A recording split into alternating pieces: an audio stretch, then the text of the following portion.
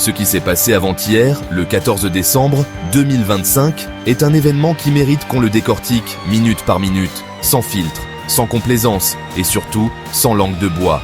L'armée algérienne vient de confronter directement un avion militaire français en pleine opération spéciale au-dessus du territoire national, l'obligeant à un demi-tour humiliant sous menace crédible d'engagement. Ce n'est pas une simple erreur de navigation, c'est une intrusion délibérée, une opération d'espionnage de haut niveau qui a reçu la réponse souveraine et implacable qu'elle méritait. Aujourd'hui, je vous raconte tout.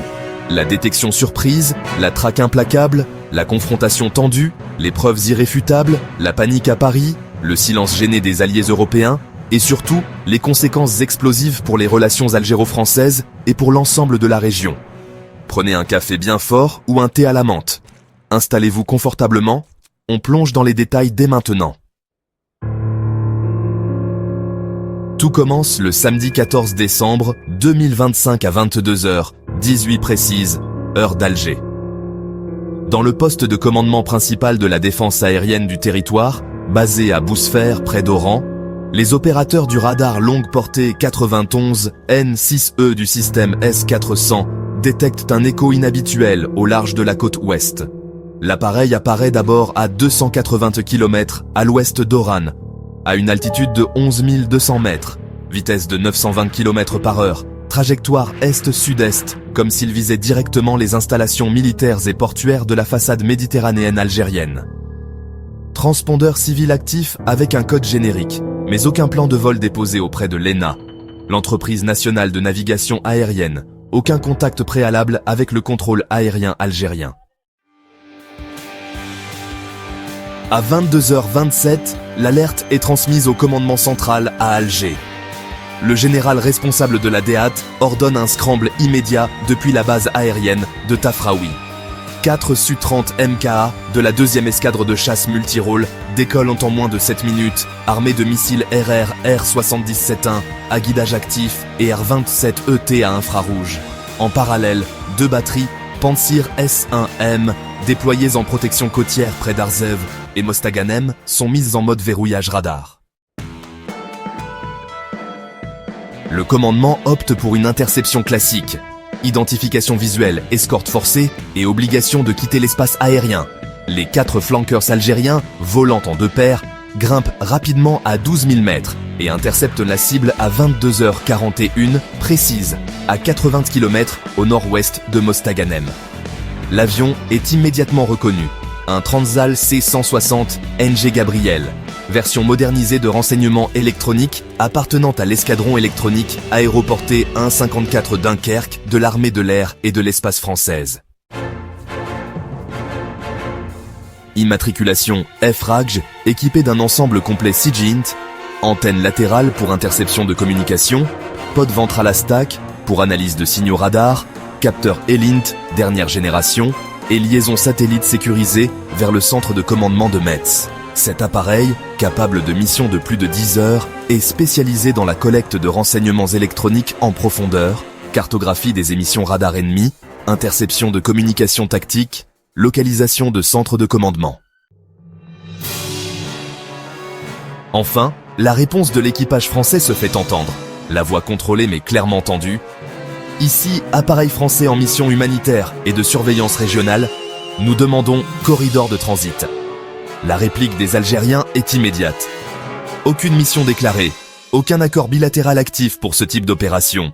Violation caractérisée. Rebroussez chemin immédiatement ou préparez-vous à un atterrissage forcé sous escorte à la base d'Oram. Le Gabriel tente alors un virage vers le sud, comme pour feindre une sortie en direction du Maroc. Mais déjà, les Pantsir au sol le verrouillent avec leur radar un RS-21E. À 22h53, face à la supériorité numérique et technique évidente, l'équipage français capitule. Demi-tour complet, cap à l'ouest, escorté par les 4 Su-30 jusqu'à 150 km au large des côtes. L'appareil quitte définitivement l'espace aérien algérien à 23h10, suivi jusqu'au bout par les radars côtiers et un AWACS Beriev A-50U en patrouille. Mais l'opération ne s'arrête pas là. Pendant toute la confrontation, les systèmes de guerre électroniques algériens, notamment des stations Krasouka 4 et Divno Mori déployées le long de la côte, ont capté et enregistré toutes les émissions du Gabriel, balayage radar actif, transmission satellite vers la France métropolitaine et burst de données en temps réel.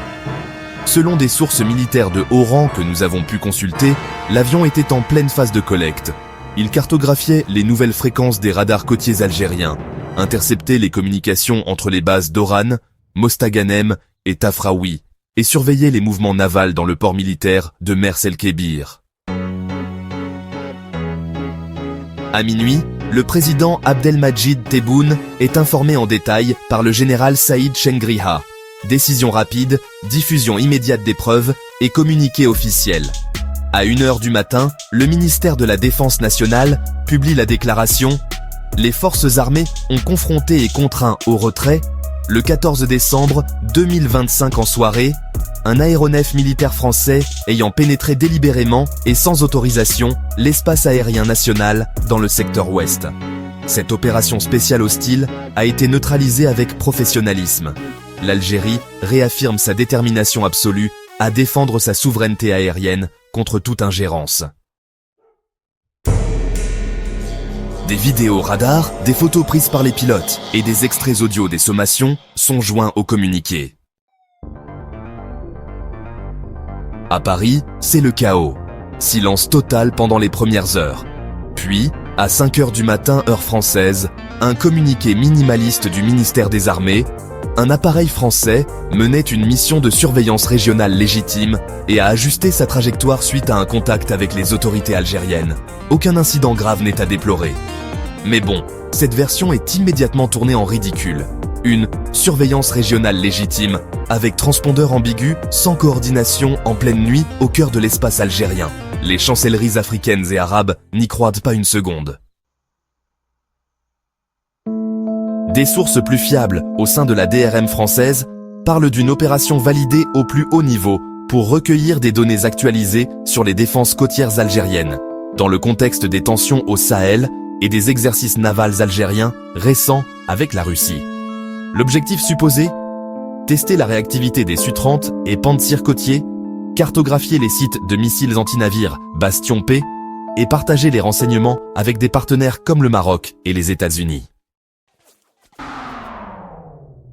Techniquement, la confrontation algérienne est un modèle du genre. 4 Su-30 MKA contre un appareil de renseignement lent et non armé. Supériorité totale en vitesse, manœuvrabilité et armement. La coordination radar, sol chasseur-guerre électronique a été parfaite, de nuit, avec une mer agitée en dessous. Et franchement, les données captées constituent une mine d'or pour le contre-renseignement algérien.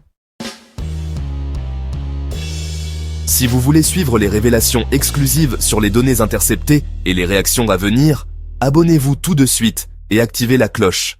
On va avoir du très lourd. On va maintenant creuser les raisons profondes de cette opération spéciale française, parce que confronter un Transal Gabriel en pleine mission, au-dessus de la côte ouest algérienne, ce n'est pas un hasard, c'est une provocation calculée qui révèle toute l'arrogance néocoloniale persistante de Paris. Selon des documents et des sources militaires algériennes de premier plan que nous avons pu analyser en exclusivité, cette mission du C-160 NG Gabriel avait plusieurs objectifs précis. Ensuite, intercepter les communications tactiques entre les unités de la marine nationale algérienne, notamment celles liées aux corvettes Meko A-200, aux sous-marins Kilo améliorés et au nouveau système anti-navire Bastion P armé de missiles Yakout. Enfin, collecter des données sur les patrouilles aériennes des Su-30 MKA et MiG-29 SMT basés à Tafraoui et Bousfer, pour évaluer la densité et la réactivité du bouclier aérien ouest. Tout cela en pleine nuit, avec un transpondeur civil pour masquer l'identité militaire et une trajectoire conçue pour passer inaperçue le plus longtemps possible. Mais pourquoi maintenant ? Parce que cette opération arrive dans un contexte explosif. La France renforce massivement sa coopération militaire avec le Maroc. Livraison de César, exercices conjoints en Méditerranée, échange de renseignements sur le Maghreb. Paris voit d'un très mauvais œil le rapprochement algéro-russe en matière navale. les exercices conjoints récents avec la flotte russe en Méditerranée, l'acquisition de frégates Project 2260 et cherche à maintenir une supériorité informationnelle. Ajoutez à cela les tensions au Sahel, après les ruptures avec Bamako, Niamey et Ouagadougou, la France a perdu une grande partie de ses bases de surveillance aérienne. L'Algérie, avec son espace aérien immense et sa position stratégique, devient une cible prioritaire pour compenser ses pertes. À Paris, l'incident a provoqué une tempête interne. Macron a convoqué un conseil de défense restreint dès l'aube. Selon des fuites du ministère des Armées, l'opération avait été validée par la DRM et le cabinet présidentiel sous le couvert d'une mission de veille régionale contre les menaces hybrides. Mais personne n'avait anticipé une réaction aussi rapide et coordonnée. Les 4 Su-30 algériens ont encadré le Gabriel avec une précision chirurgicale, rendant toute fuite impossible. L'équipage français, des spécialistes chevronnés, a rapporté un niveau de professionnalisme impressionnant et une détermination sans faille. Traduction. Paris a été surpris par la maturité opérationnelle de l'armée algérienne. Conséquence immédiate, suspension de toutes les missions SIGINT au large des côtes algériennes. Les Gabriel et les Atlantiques, deux basés à Hyères et Dakar, restent cloués au sol. Les drones Reaper, opérant depuis le Niger, ont reçu l'ordre de contourner largement l'espace algérien. En parallèle, des contacts diplomatiques discrets ont été tentés. L'attaché de défense français à Alger a demandé des explications pour éviter toute escalade. Mais à Alger, la réponse est claire. Pas de discussion sans excuses publiques et garanties fermes. Côté algérien, cette confrontation est une démonstration éclatante de maîtrise. 4 chasseurs multirôles contre un avion de renseignement non armé et relativement lent, l'issue était écrite d'avance. Mais ce qui impressionne, c'est la coordination parfaite. Détection précoce par le S-400 côtier, brouillage partiel des émissions du Gabriel par les Krasuka 4, interception visuelle sans perte de temps et escorte jusqu'à la sortie. Les données captées, fréquences, protocole de liaison satellite, signature E-Lint, sont déjà en cours d'analyse par les spécialistes du renseignement électronique algérien. Elles vont permettre de renforcer encore plus les contre-mesures et de mieux comprendre les méthodes françaises actuelles. Si vous voulez être les premiers informés des extraits audio et des analyses techniques qu'on publiera bientôt, activez la cloche et partagez cette vidéo partout. Plus on est nombreux, plus on révèle ce que les médias mainstream cachent. Le message résonne fort en Afrique. Les pays du Sahel saluent discrètement cette affirmation de souveraineté. À Moscou, on sourit. Chaque incident valide les investissements algériens dans l'armement russe. À Washington, on observe avec prudence, les États-Unis coopèrent avec la France en Méditerranée, mais ménagent Alger pour la stabilité régionale. L'Algérie avance ses pions. Renforcement des patrouilles navales en Méditerranée ouest. Activation de nouveaux radars longue portée et préparation d'exercices à grande échelle avec des tirs anti-navires réels. Le ciel et la mer algériens sont des lignes rouges absolues. Merci d'avoir suivi cette analyse jusqu'au bout. Vous êtes des légendes. Cette confrontation d'un avion militaire français en opération spéciale n'est pas qu'un incident technique. C'est un acte de souveraineté pure qui rappelle à l'ancienne puissance coloniale que l'Algérie est une nation libre, puissante et déterminée à défendre chaque centimètre de son territoire. Elle vient de prouver, une nouvelle fois, qu'elle impose le respect par la force quand il le faut, et qu'elle reste la forteresse arabe de la dignité et de l'indépendance. Likez massivement, commentez ce que vous pensez de cette claque retentissante à Paris, partagez partout pour faire circuler la vérité, et surtout, abonnez-vous avec la cloche activée pour ne rien rater des prochaines révélations. Cette histoire marque un tournant historique dans l'affirmation de la grandeur algérienne. Portez-vous bien, restez connectés, et à très vite pour la suite des événements.